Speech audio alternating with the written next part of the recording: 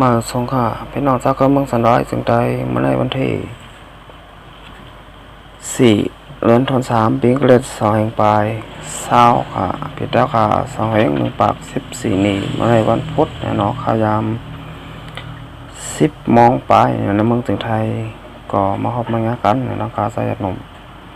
แถวปอกเนื้อเนี่ยเนาะคำพูดในก็รายการปกได้ตื่นเนี่ยเนาะพี่น้องเจ้าค่ะมาทำข่าวการบ้านการเมือง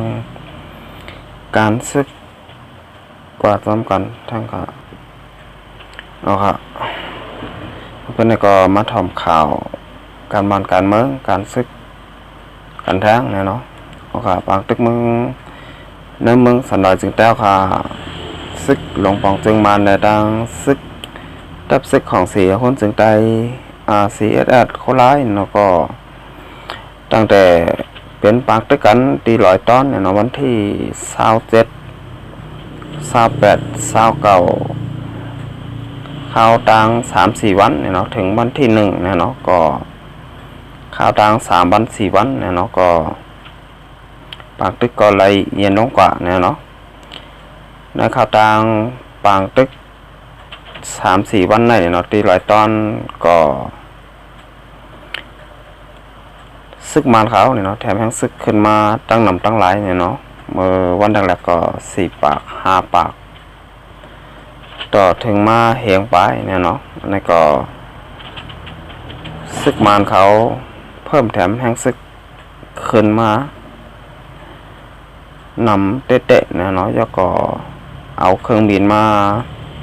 ติดต่อจอยแลเนี่ยเนาะอันนี้ก็เฮ็ดให้ดับซึกจึงได้อาจีได้เท่าคาเนี่ยเนาะอันเป็นผู้ใหญ่ก้นหลงแลดังผู้ใหญ่ก้นหลงเนี่ยเนาะไผ่ซึกมานเขาเลยอุบกันเสร็จแล้วดับซึกจึงได้อาจีได้เนี่ยก็เลยเงื่องเบออกเปิดในปากตึกเนี่ยเนาะเอาขาเนี่ยก็เฮ็ดอะไรตอนก็บ้างเปล่าเนี่ยเนาะก็มีดับซึกจึงได้อยู่ยาวเนี่ยเนาะเอาขาไว้เสร็จนั้นมาก็เลยมาเปลี่ยนปากตึกกันทางเนี่ยเนาะในตี100 คนทางนะเนาะเอาค่ะ100 คนมาก็เปลี่ยนปากตึกทางต่อถึงพองยามเมื่อเลี้ยวเนี่ยเนาะปากตึกก็เอาไปเทปไปไว้เนี่ยเนาะเอาไปเย็นเนี่ยเนาะอันนี้ก็แค่ถ้าพี่น้องถ้าเข้าเมืองสันดานสิงแต้วค่ะในพื้นที่บาดจะเป็นเมืองกึ่งเกาหลีเกซีเกาหลีเนี่ยเนาะอะไรปลายเพปางตึกซึกเสกันนะเนาะอันนี้ก็ไปผัดยานฮอนเย่นะเนาะอันนี้ค่ะพี่น้องแต้วข่าวกันไปเพซึกเสกันก้อยกาซึกมานเขาเนี่ยเนาะก็ซ้ำมาป่อเขาทุบเขาเนี่ยเนาะซ้ำพักตูหน้าต่างเนี่ยเนาะฮอนเย่พี่น้องถ้าก็เมืองสันดานจึงแต้วข่าวเสร็จแล้วเอาหลายโคของเนี่ยเนาะมาจะเป็นเงินมาจะเป็นโคกินโคย่ำเนาะจะไหนเนี่ยเนาะก็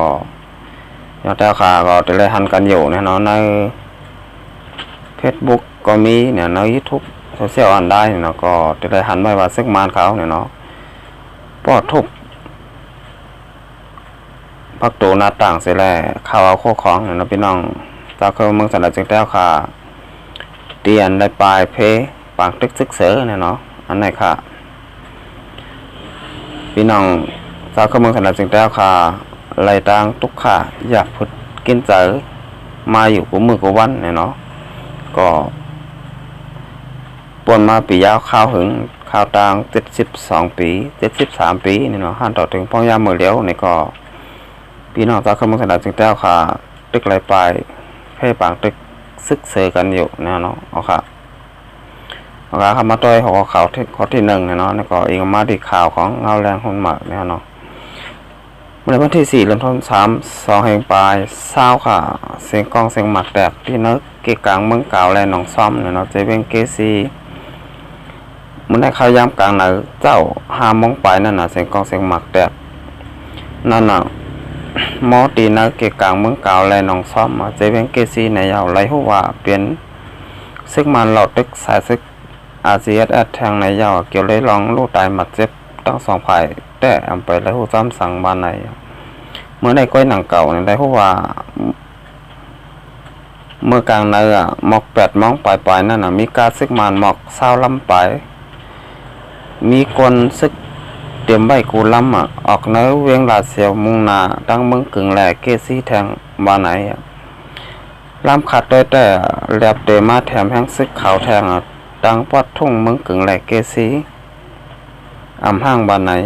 เมื่อวันที่3 เดือนธันวาคม2แห่งไปซาป่นมานั่นก่อข้าวยาม11 โมงปลายตับซึกมันไหลหัวหมายตับแห้งซึกหลอดตึกพุทธิสายซึกอาเซียดตีหิมบันโหภายภายตกวันให้เงินทำง่ายเจียงเมืองกึ่งในวันไหนว่าเสก้นบันโหภายเขาไล่เงื่อนแวบปลายเพปังตึกเย่าไหลหูมาแทงว่าซึกมันตองพอกพักตูเฮินเยเสซอกเตาเอาหลายโคของในเฮินในเยก้นบานโหภาย3 หลังย่อก่อแทงหลังหนึ่งซ้ำเป็นล้านขายกุ่นย่อยแทงล้านหนึ่งในเย้าเนี่ยเนาะในก่อซึ่งมานเขาเนี่ยเนาะพอกแก่พอกโตเฮินเย่พี่น้องเจ้าก็มึงสนานจึงแต้วค่ะวานโหพายเนี่ยเนาะเฮิน3 หลังเนี่ยเนาะย่อก่อล้านขายกุ่นย่อยกุ่นย้ำแทง1 ล้านนะแล้วมันก็เป็นเลยว่าเป็น4 หลังฮะพี่น้องได้แผ่นดินยาวค่ะเนี่ยเนาะในก่อย่อแต้วค่ะก็เต๋หูกันดีเนี่ยเราว่าลองเฮ็ดลองสร้างซึกมานเขาเปลี่ยนได้เชิงหือเนี่ยเนาะซึกมานเขาในเวลาเปลี่ยนปางตึกซึกเสือกันเนี่ยนะทั้งซุ่มยิบก่อกังเจ้าเคอเฮ็ดให้พ่อแม่พี่น้องเจ้ากำลังสนานจึงแต้วค่ะไล่ปลายผัดยานเฮินเยปลายเพซึกเสมกาเนี่ยเนาะก้อยกาเขาซ้ำมาหลักมาเต่ามาเอาโคของเนี่ยนะเฮินในเยพี่น้องเจ้ากำลังสนานจึงแต้วค่ะเรียนเปิ้นปลายเพซึกเสือนั่นทางลูกก่อนเนี่ยเนาะว่าเปลี่ยนมาเจ้าไหนค่ะดองตังหมึกเลิงเจิงเนี่ยเนาะของซึกมานเขาเนี่ยเนาะพี่น้องแต้วค่ะเนี่ยก็เปลี่ยนไล่ทบไล่หบไล่หันมากันตั้งน้ำเนี่ยเนาะเนี่ยก็บ่นว่าตีหูกันเหนียวก็กูก้อนเนี่ยเนาะว่าลองเฮ็ดลองสร้างของซึกมานเขานั่นเปลี่ยนมาเจิงหือเนี่ยเนาะซึกมานเขาเนี่ยเนาะตั้งแต่คำมาในเมืองสันหลายจึงแต้วค่ะคำมาป้นเปลี่ยนหลูหลายแหมตายเนี่ยเนาะพี่น้องเจ้าเคยเมืองสันหลายจึงแต้วค่ะปีน้องของเจ้าเคยก็ไหลลูกไหลตายไหลหายกว่าก็มีไว้ตั้งนำค่ะอันต่อถึงพ้องย่ำมือเลี้ยวเนี่ยก็ลองเฮ็ดลองสร้างซึกมานเขาในไปเปลี่ยนแปลงก็เหมือนเก่าเหมือนเริ่มเนี่ยเนาะไปเปลี่ยนแปลงสังค่ะเนี่ยค่ะซึกมานเขาเนี่ยเนาะเข้ามาเนื้อหมู่บ้านเสร็จแล้วพองยามพี่น้องตากำลังสันหลังจึงแต้วค่ะไล่ปลายเพซึกเสือเนี่ยเนาะ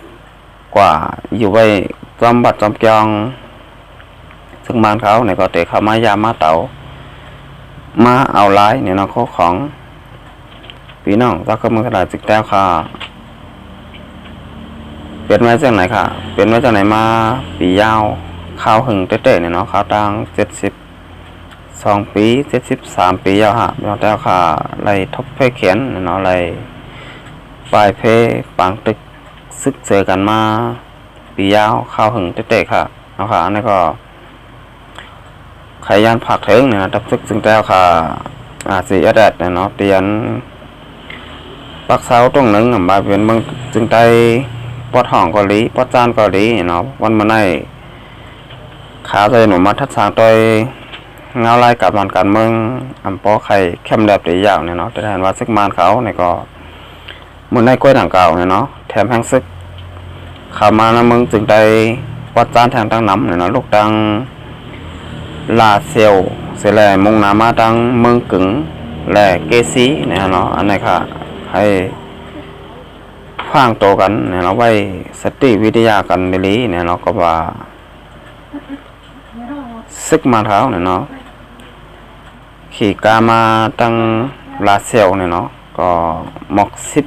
เศร้าล้ำปลายเนี่ยเนาะมีก้นซึกเตรียมกาไว้กูล้ำเนี่ยเนาะนี่ก็พังโตกันไว้ดีๆเนี่ยเนาะก็ว่า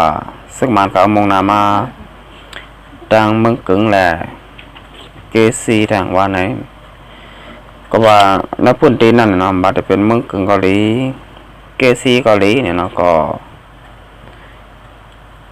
พองยามตึกเป็นปางตึกกันอยู่เนี่ยเนาะก็อำเภองำล้านมาในก้อยเนี่ยเนาะเขาตัง4-5 วันป่นมาก้อย